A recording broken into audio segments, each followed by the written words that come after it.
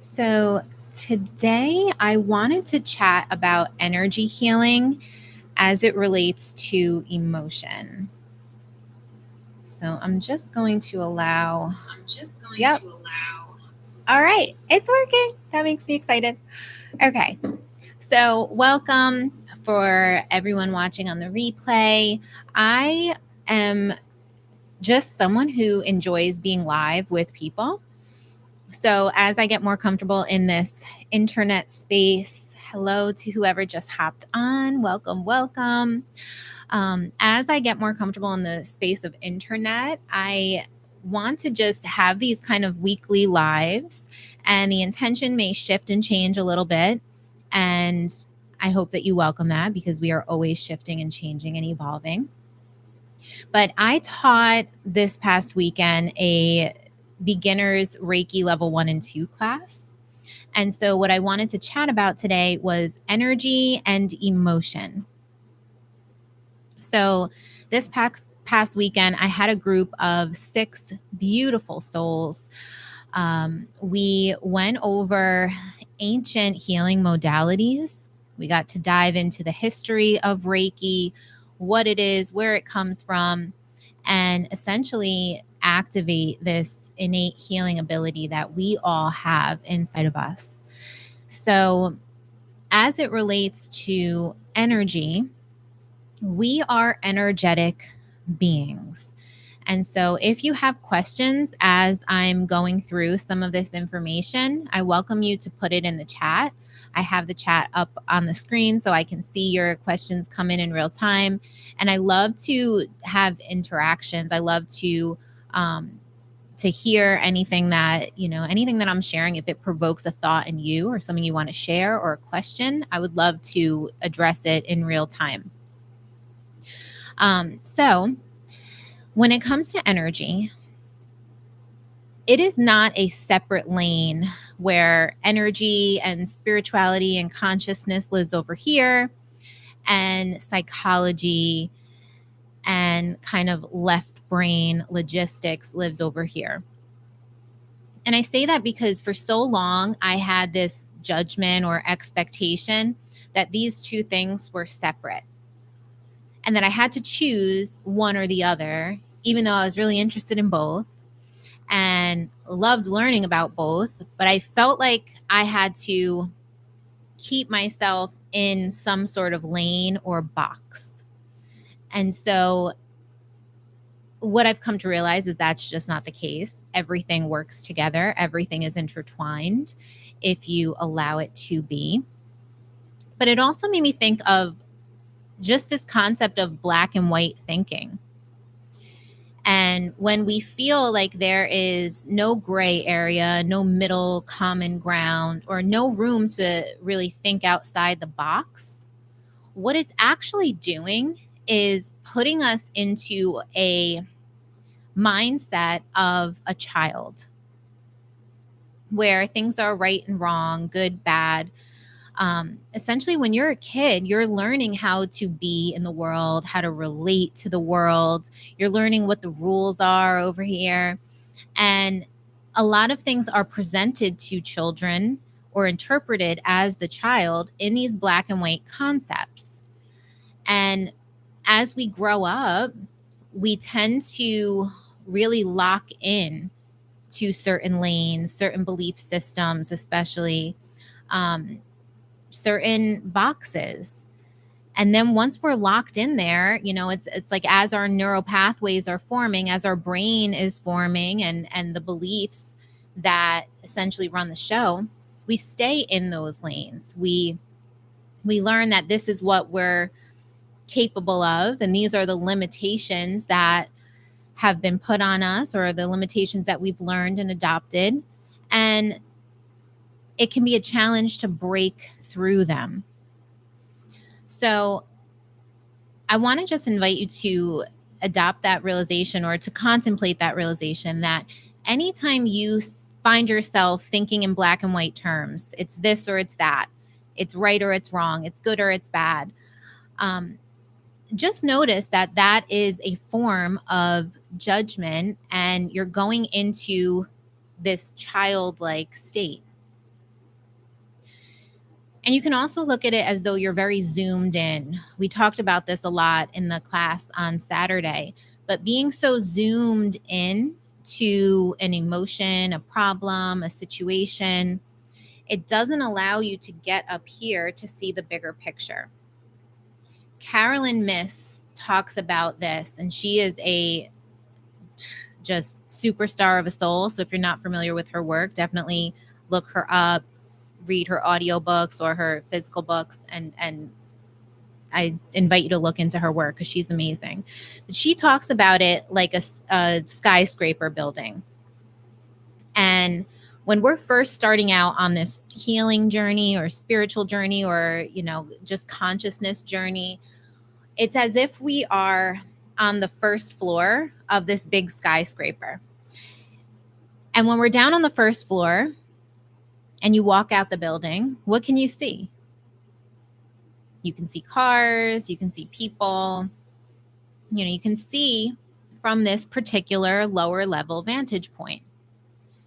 And when we're stuck in black and white thinking, or even stuck in lower emotions, stuck in our own, gunk of emotion, it's as though we're on that first floor. And this is the only thing that we're able to see. But as you learn, as you continue on your spiritual journey, on your healing journey, on your journey of evolution, it's as though you're moving up into the higher floors. And so maybe you get to the 10th floor. And if you've ever been on the 10th floor of a building and you look out the window, you can see a lot more. Now you're looking down at the people, and maybe you can see a lot more people down there, or a lot more cars. You could see the lines in the road. And as you continue going up, when you reach the penthouse, now you're like really, you're working on your inner game, you're shifting. Maybe you've had to shed some things or people or things that just were not right for you, things that you were holding on that you knew was not for you, but you just clinged on for whatever reason. And now you've shed those things. You've made it to the penthouse. And suddenly you can see the horizon. And if you're in New York City, maybe you could see Central Park, and you could see the sun setting, and you could see all of these other things that you never knew existed because you were always down on the first floor. And I love this metaphor because that is the healing journey. That is shifting your energy, shifting your awareness, your perception in life, and it's allowing you to see a lot more outside of you and inside of you. And so what does this have to do with emotion? Well, it's our emotions that are kind of feeding the energetic signal that we're putting out. So I wanted to share with you, and I would love to have the ability. Well, I know that somehow there is an ability to share my screen. I just don't know how to do it on here. So I pulled up this picture that I wanted to look at with you all. Now, this might be familiar to you or maybe not, but this is by a gentleman named Dr. David Hawkins, and it's called the Scale of Consciousness. So hopefully, oh, nice, it does translate well. So if you look at this scale of consciousness here, you'll notice that at the bottom level, there is more negative emotions, and each of them has a number. And the interesting thing here, and this is why we went over it in Reiki class, each of these numbers that you can see next to each emotion is the frequency of that emotion. So what does that mean? First off, it means that our emotions can be measured. If you want to get real into the science, quantum physics is everything that proves spirituality to be true. But I am not a quantum physicist. I just nerd out on it. So, anywho, our emotions all can be measured by something called frequency. So, if you notice, the lower emotions, shame being the lowest, guilt being right down there with shame, I cannot tell you how many of us are walking around with feelings of guilt and shame. And on the side of the frequency for each emotion is a color, right? So the lower frequencies, the color is just showing you how our human eyes perceive this frequency. As you go up on the scale, the colors change, or our perceptions to see that frequency change. So the color is not so important, but I just want to give you that extra piece because that's the energetics of it. It's the way that we perceive light and the way that we perceive color. We're actually perceiving a frequency. Now, as we move up the scale of consciousness, you'll notice that anger is higher than grief, than apathy, even than fear. And I always think that this is super interesting because a lot of times we're met with anger or we're uncomfortable with anger. And we have this judgment around what anger is. And what I see in my work when I'm coaching people or when I'm doing hypnosis or even energy healing is that when someone goes into anger, what they're actually doing is they're trying to reach for a higher emotion because really there's pain under there. Maybe there's shame, maybe there's guilt, maybe there's fear, but it's all wrapped up as pain, emotional pain. And when we can reach to get to the anger, not that you want to stay there, but there is power and momentum in the anger. There is an ability to pull you higher into those higher states of consciousness when you get to anger. Now you can move. Now you can use that anger to propel forward, to move this way, to move that way, to move forward, whatever it may be. And if you were to break it down on the most basic level, we're really only ever working from one of two places: a place of fear, or those lower frequencies, those lower emotions, or a place of love. Love or fear.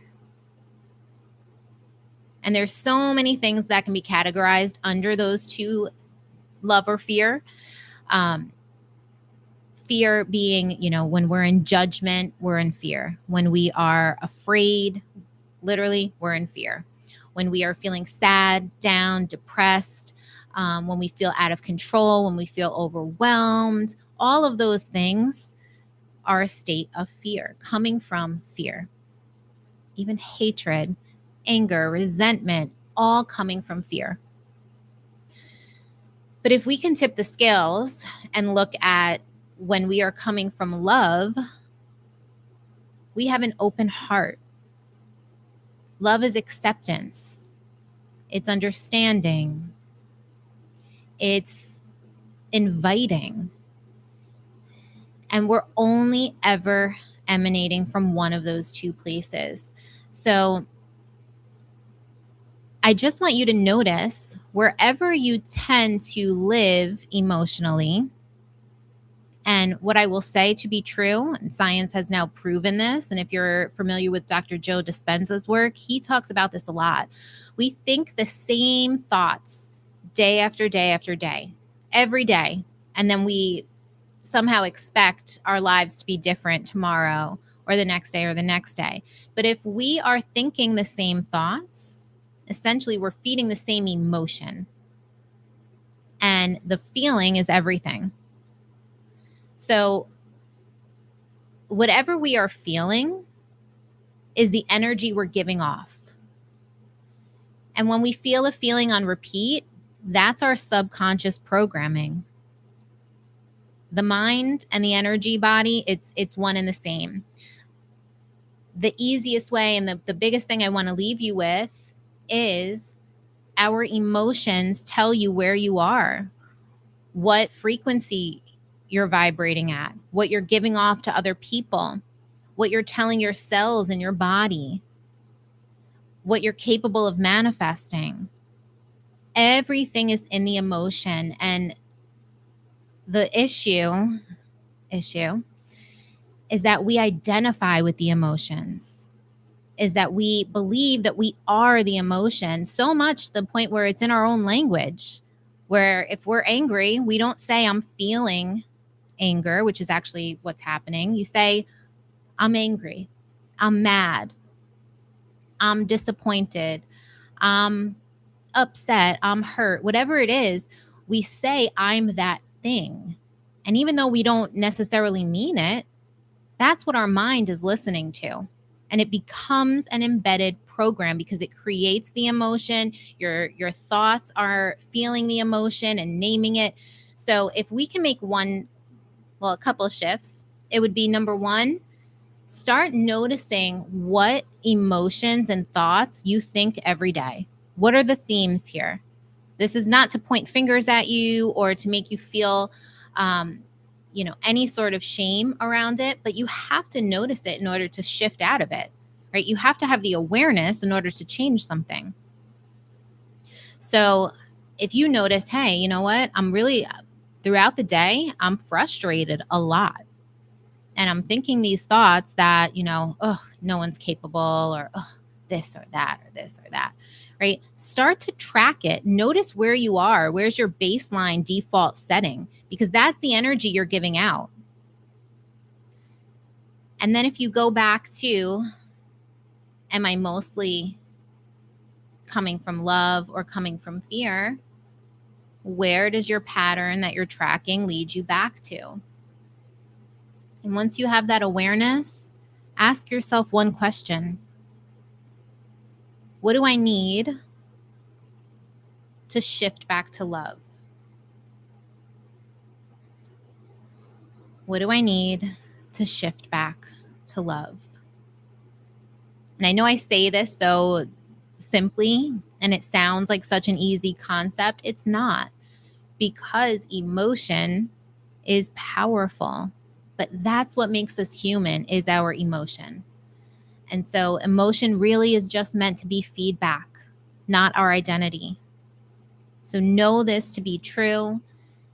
Create the awareness around it. And whenever you catch yourself going into the fear, going into the lower frequencies, those lower emotions, just ask yourself, what do I need to come back to love? Maybe you just need to take 3 deep breaths. Maybe you need to scan your body because you're too much in your head. But ask yourself that question, what do I need to get back to love? And this becomes your practice. This becomes your reset. This then over time will become your default. And that's what you want in order to manifest the life that you want, in order to heal yourself, your relationships, your family, whatever it may be.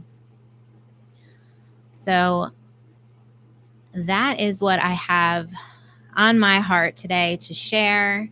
I don't see any questions here, but I hope that this resonated with you. I hope that you took something from this today. Know that your beliefs are feeding your energy. So your beliefs are found in the language you use, in the thought patterns. Notice your thoughts, become the observer. Look at your emotions just as feedback, because that's what they are. And if you're called to go a little bit deeper, everything can be found on my website, healingwithjenna.com.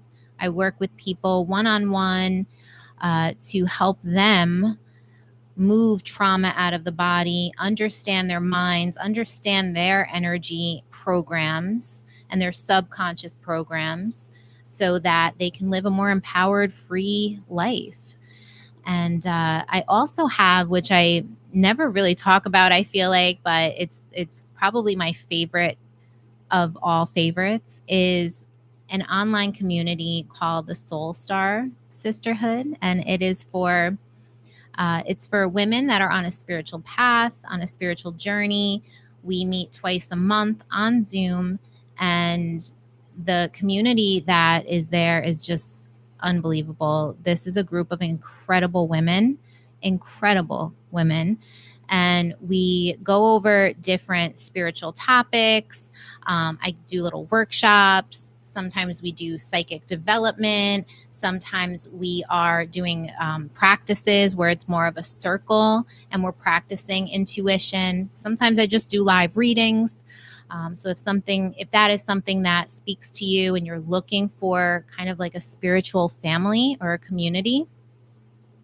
Hi, Stacy. Hello. It's so good to see you here.